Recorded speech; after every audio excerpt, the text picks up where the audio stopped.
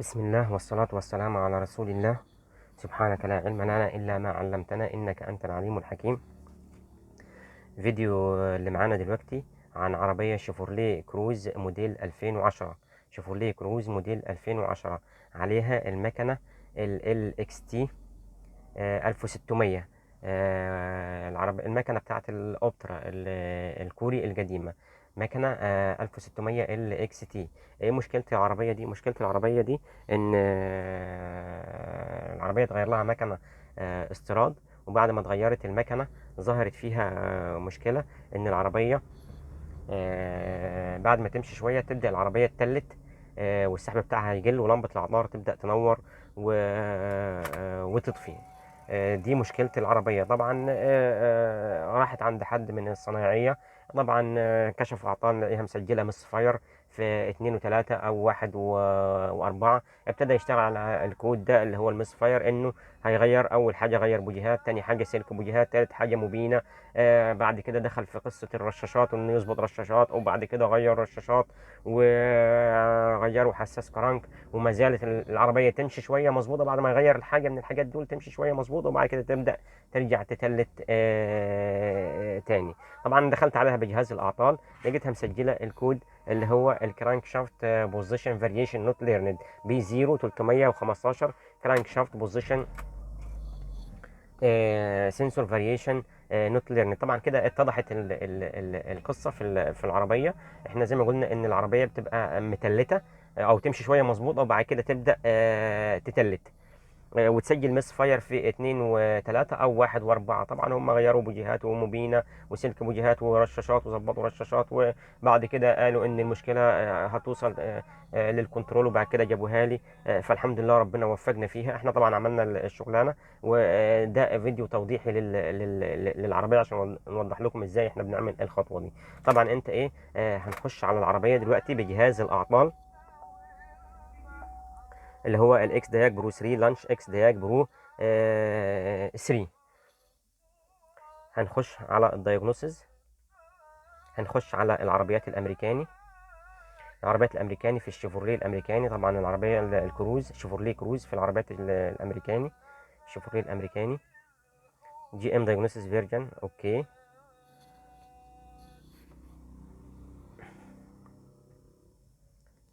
هنخش نعمل تشخيص اعطال ونعمل الخطوه او ازاي هنقدر نصلح العربيه دي.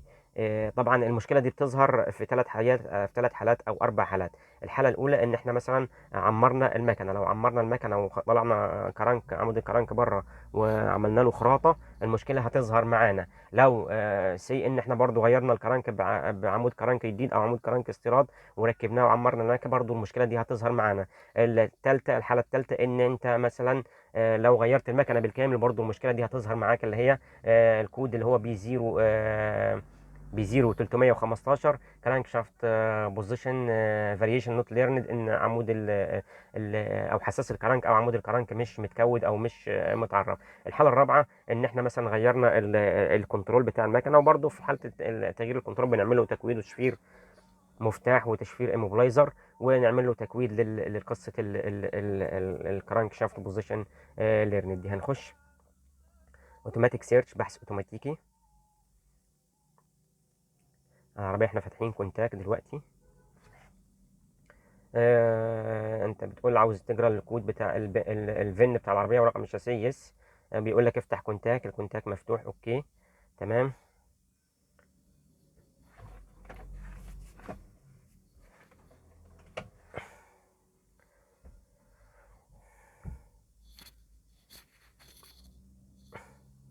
هو كده جرى الفين وكده موديل العربية، الفين نمبر، الموديل 2010. الصانع كوريا، الماركة شيفورليه، اسم العربية كروز، يس. ماشي، بيانات العربية. هنخش في الهيلث ريبورت ولا سيستم سكان ولا سيستم سيلكشن؟ هنخش سيستم سيلكشن اللي هو اختيار النظام اللي هنخش عليه او الكنترول اللي هنخش عليه. هنخش على كنترول المكنة، انجن كنترول موديل اي سي ام. طبعا احنا زي ما قلنا المكنه 1600 سي سي اللي هي ال اكس تي، نوع المكنه 1600 ال اكس تي اللي هي مكنه الاوبترا زي ما وضحنا لكم في الصوره. طبعا نوع الفتيس هنا معانا فتيس اوتوماتيك.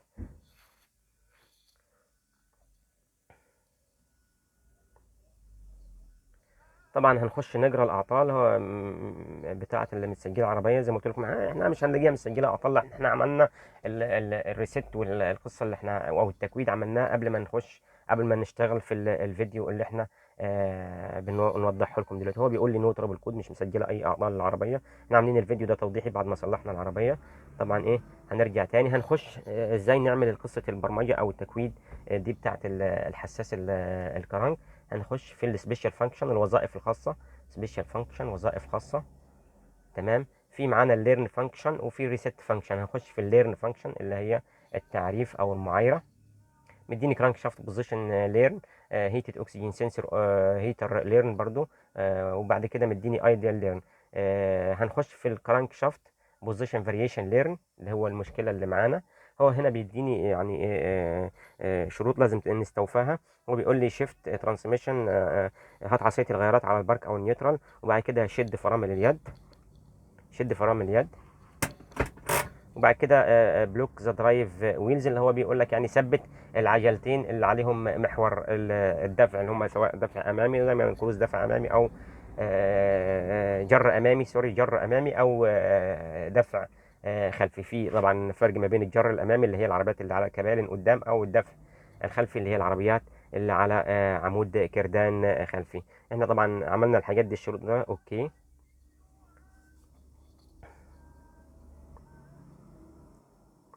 تمام. هنا هو مديني شروط لازم نستوفاها، الشروط دي قبل ما احنا وداخلين في عمليه البرمجه.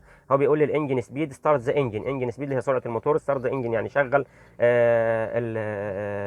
الموتور. وبعد كده انجن كولن تمبريتشر اللي هو ده حساس درجه حراره الميه او درجه حراره الميه. لازم تبقى العربيه سخنت، وفي درجه حراره التشغيل الطبيعيه اللي هي تقريبا 90 درجه او فرنج 90 درجه. بريك بيدال بوزيشن سيركوت سيجنال، ما تدوسش، سيب فرامل او خليك دايس فرامل، دايس فرامل يعني. خليك مثبت رجلك على بدال الفرامل برجلك اليمين. تمام. برجلك اليمين دوس فرامل. طبعا القصه دي بنعملها في العربيات المانيوال او العربيات الاوتوماتيك. يعني القصه دي او المشكله تحصل في العربيتين المانيوال او الاوتوماتيك. طبعا احنا شغالين في الشروط. هو بيقول لي ستارت ذا انجن، احنا هنشغل دلوقتي توضيح يعني، ودرجه الحراره، وبعد كده دوس فرامل. خليك دايس برجلك اليمين، عشان رجلك الشمال هتستعملها في حاجه في حاجه تانية انك تدوس بيها بنزين يعني. الاير كونديشن اللي هو التكييف لازم يبقى مفصول في اللحظه دي. والليرن بعد كده لورن سكسسفول نو، مفيش برمجه او معايره دلوقتي. فاحنا هنبتدي ندور المكنه. احنا فاتحين كونتاك، هندور. احنا كده دورنا. طبعا هو مفيش لمبه اعطال نايره ولا حاجه، لان زي ما قلت لكم اللي احنا صلحنا العربيه، وده فيديو توضيحي يعني. في حاله لما بتكون المشكله في العربيه اللي هي المصفره، هو ماشي لا العربيه اتخنقت ولمبه الاعطال ابتدت تنور وتطفي تعمل فلاشنج، والعربيه اتخنق، وترجع العربيه نلاقيها متلته ومسجله مس فاير في 2 و3 او 1 و4. طبعا احنا هنرجع تاني للجهاز الاكس دياج برو 3 او لانش اكس دياج برو 3 عشان نكمل الخطوات.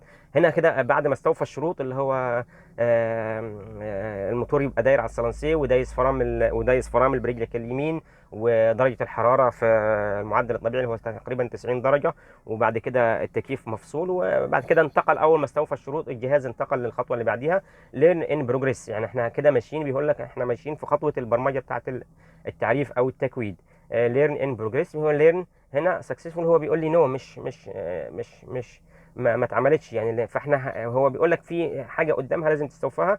accelerate the engine wide with wide open throttle and release the pedal when the full cutoff occurs. ايه يعني؟ هو بيقول لك دوس بنزين للاخر برجلك الشمال، وبعد كده سيب الدواسه لغايه لما تلاقي ايه الموتور ابتدى يقطع او ابتدى يفصل معاك. ان هو اللي هو ما بيوصل للعدد دفعات الحرجه الموتور بيبتدي يقطع او يبتدي يفصل معاك. واحنا هنعمل الخطوه دي، وانتوا خليكم معانا كده. هصور لكم فيديو برضو اهو. ابتدى الموتور ايه، ابتدى الموتور يقطع. انا مثبت رجلي على دواسه البنزين، ابتدى الموتور يطلع وينزل لوحده كده. ايه كده الموتور ايه ثبت. وهنا لما رجعنا لجهاز الاعطال بيقول لي تيست باس سكسسفولي. خلاص انا عملت كده ايه المعايره بتاعت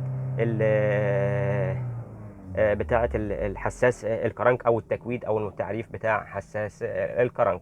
طبعا زي ما قلت لكم ان المشكله دي بتحصل لما بنغير مكنه او نغير كرنك او نخرج كرنك او نغير كنترول.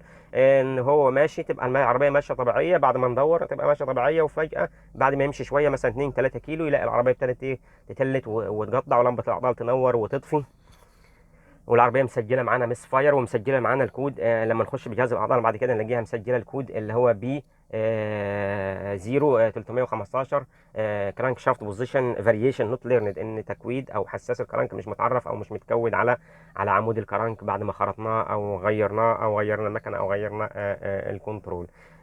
ده الفيديو حبينا نوضح لكم فيه المشكله دي، يعني بتواجهنا او واجهتنا كتير يعني، وفي ناس كتيره ما بتقدرش توصل لايه لحل المشكله. فالحمد لله ربنا كرمنا وتوفيق ربنا كرمنا وعرفنا نوصل ازاي نصلح المشكله دي. طبعا الناس لما بتحصل توجع في المشكله دي بيغير موبينه وبيغير سلك بوجيهات وبوجيهات ورشاشات، وبرده العربيه بتفضل تظبط شويه وترجع المشكله تاني زي ما هي. سبحانك لا علم لنا إلا ما علمتنا إنك أنت العليم الحكيم، وصلى الله وسلم وبارك على سيدنا محمد وعلى آله وصحبه وسلم.